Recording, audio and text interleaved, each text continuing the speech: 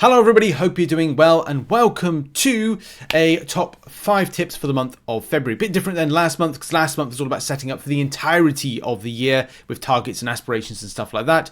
This is very much centered on those things that are going to be important for this particular month.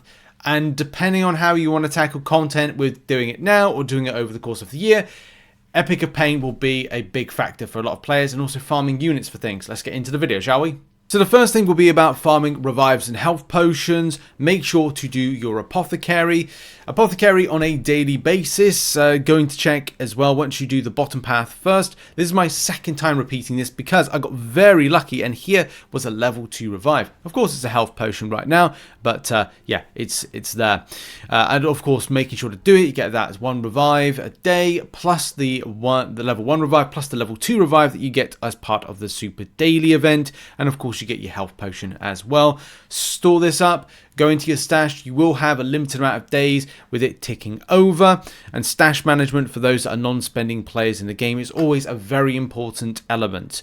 So whether or not if you don't have the sigil, you've got to be very careful. At the moment you can see I've got a lot of health potions, revives. I'm trying to store up and get ready for the Epoch of Pain because I feel that is going to be a better thing to focus on because the units are needing a tier 7 basic. I've gone away from Karina's challenges for a break so that I can either focus on doing Epoch of Pain or I'm taking my units to the love store that's coming very soon. So it will be a big decision to players, your investment with units of where you go. If you're endgame players focusing on trying to get yourself the completion and getting yourself a tier 7 basic, that will be where you'll bring your mind, because you might be like, okay, yes, the investment in to get that, what has Kabam got for me coming up? Well, as they've got right here, a tier 7 basic can be got with for Valiant for units. So yes, that's very much a Valiant based problem. So lower players, like Paragon players, may go, well, we'll instead go and do Epoch of Pain and go and get that completion tier 7 basic. Yes, the exploration has a rank 4 7-star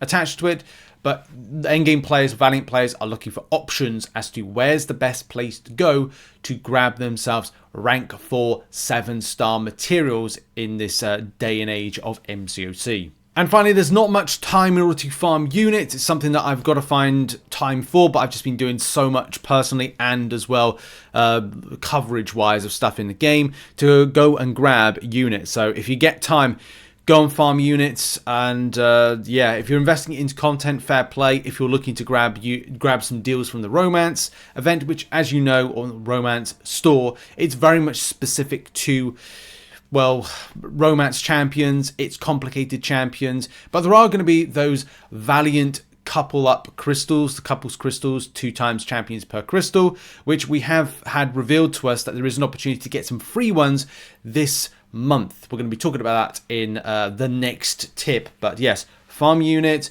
use arena boosts, get to those units quickly, utilize them for content, for the Love as a Battle Realm store. And if you want to spend a bit, you want to spend a bit. We'll be doing full coverage of that next week, as we don't know what's going to be dropping. We don't know if it's going to be good. And also there's going to be some special champions like Iceman, Ultron, and She-Hulk, which we'll be doing some content of. Fingers crossed next week to show whether or not they're actually good or worth going for. So you mentioned couples crystals, Richard. I did indeed. Very important, as we have 21 days between now and, not now, between the 12th and the 5th of March. What's so important about that? Well, that is our potential kickoff and pre-season for Alliance Wars. Again, why is that important? Valiant crystals, Valiant couples crystals.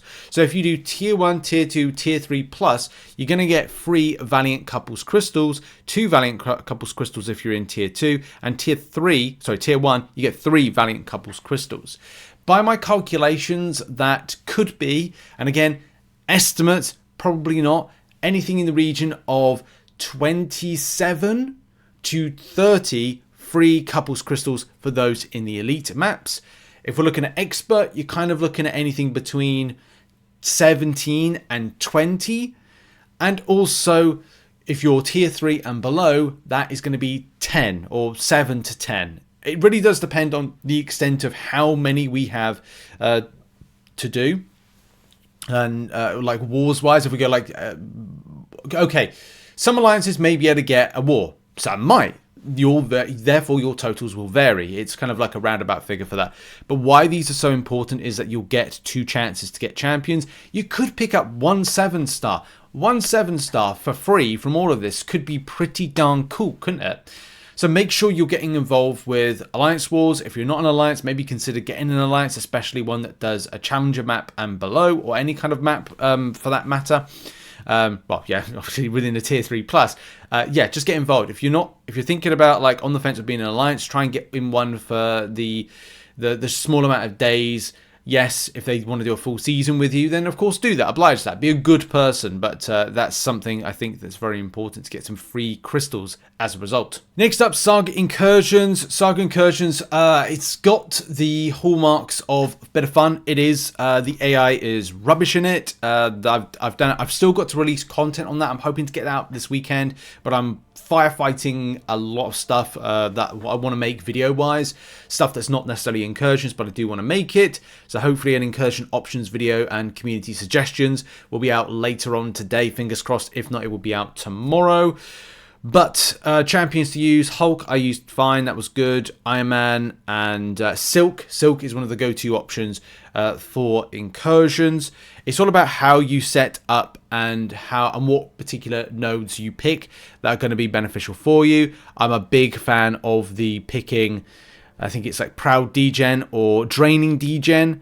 And by doing that, it means that you're able to do like a parry heavy, and then power control champion is actually very good. Deathless Vision actually became a very solid option to take in, and especially with the objectives. But I would also recommend to anybody when you're going in, and the usual thing, go and check what is on offer. So like Pain and Gain, blah, blah, blah, blah, blah. If you do not see here, or you do not see in the next one, I'm just picking randomly, by the way. But if you go to this next one and you don't see anything that you're like, well, like it's not, well, it should be, there should be the full access to all of these nodes here. But if you don't, if say from the first one, you don't see what you want to see, then yeah, just pick and choose how you want to set up for it. Draining Degeneration is mine. And that may be better for like power control champions, as I said, Vision. And then just pick and choose based on the strongest champion you have at Saga, and then make a decision on padding them up, like with better things. Oh, your champion gains a prowess buff. Well, choose this with that. Choose Perpetual Offense. Oh, well, I've got a champion that gains buffs. Well, champions that gain buffs that also can get a bonus, we'll go for that. Things like, but I don't think buff cornucopia actually comes up here, but just pair them. It's like a wine. Like people talk about pairing wine with a type of meat, then of course do that. Also, do check if you can go down lower and grab more artifacts, because Sector 7 or the Saga sector, it could mean that you'll have access to a few more sectors you can actually gain rewards from. So cover everything, getting as many artifacts as possible, because you are able to get a 7-star. As a result, I need to do 70 more K, so I probably do like a few other sectors at some stage just to kind of get a bit more, but there's other things in game I need to prioritize. Now on to Battlegrounds. One important tip is to do this as much as possible. True Bromance event. I'm not 100% sure on the runtime because this has got 33 days on it, but this is from like an account that is like a Kabam account, so I don't think it reflects on the actual running of it, but if it does run for a larger length of time, that is good. Why is this so important to do? Well, depending on the milestones, which you don't really get a full idea of what the milestones are, this drops next week, okay? And when this does drop, you can see here there are some, I'll maybe assume that that's the top part, is 7 that you can do 7 milestones. What's so important about this? Well, there is some mysterious things like right here where my mouse is, like not quite sure what that is. It might be like a title. It looks like it could be a title of some description.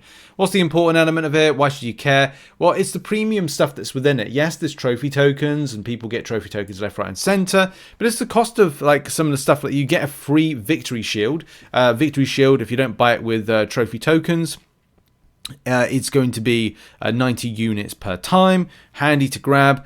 Shuffle Signet, yeah, okay. At a certain point, it will be 30 units, but it's just free stuff, isn't it? That's something that's important. And if you're doing, say, off-season, or maybe depending on the length of time that it actually runs, then it can be quite nice.